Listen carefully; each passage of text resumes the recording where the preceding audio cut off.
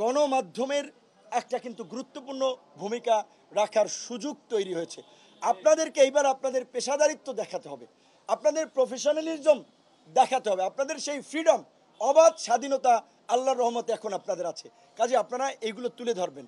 আজকে ছাত্র, শিক্ষক, অভিভাবক, এই যে যারা পানি এগিয়ে দিয়েছিল, মায়েরা তার সন্তান নিয়ে রাজপথে এসেছিল, ঠিক একইভাবে এই নৈরাজ্য, লুটপাট এবং আগামীতে যেন আমরা একটা সুন্দর বাংলাদেশ বিনির্মাণ করতে পারি, সেই জন্য একটা জন আকাঙ্ক্ষার রাজনৈতিক দলকে, রাজনৈতিক নেতৃবৃন্দকে সরকারে বসানো, রাষ্ট্র ক্ষমতায় নিয়ে আসা, সেজন্য আমাদেরকে সাপোর্ট করতে হবে। অন্তর্বর্তীকালীন সরকার 3 মাসের হবে না 6 মাসের হবে না 3 থেকে 6 বছর হবে, সেটা রাজনৈতিক দলের সাথে আলোচনা সাপেক্ষে, ছাত্র তরুণদের প্রতিনিধিদের সাথে আলোচনা সাপেক্ষে একটা সিদ্ধান্ত নিতে হবে। কিন্তু একই সাথে আমাদের খেয়াল রাখতে হবে, একটা অনির্বাচিত সরকার যদি দীর্ঘদিন ক্ষমতায় থাকে, তাদের তো ওইভাবে অনেকের রাষ্ট্র পরিচালনার অভিজ্ঞতা নাই। ডক্টর মোহাম্মদ ইউনূস স্যারকে প্রধান করা হয়েছে, এটা তো আমরা অনেক আগে থেকেই বলেছি যে বাংলাদেশে ডক্টর মোহাম্মদ ইউনূস স্যারের লেভেলের লোক এই মুহূর্তে নাই।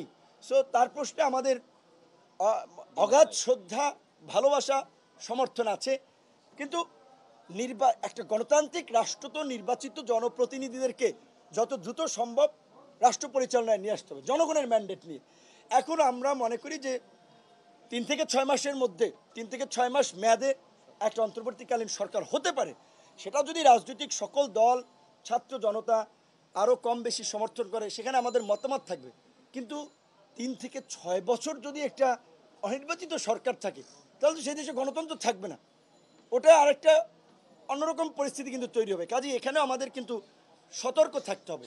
এবং এই আন্দোলনের বিশেষ করে আমাদের লিখিত বেশ কিছু দাবি দেওয়া আমাদের সাধারণ সম্পাদক জানিয়েছে যে বর্তমানে আমরা সব রাজনৈতিক দলকে এলাকায় এলাকায় শান্তি সম্প্রীতির জন্য জনসাধারণ, নাগরিক সমাজ, সংবাদকর্মী, স্থানীয় প্রশাসন যারা আছে তাদের সাথে মতবিনিময় করার জন্য, মতবিনিময় সভা করা, সম্প্রীতি র্যালি করা, এগুলোর আমরা আহ্বান জানাই।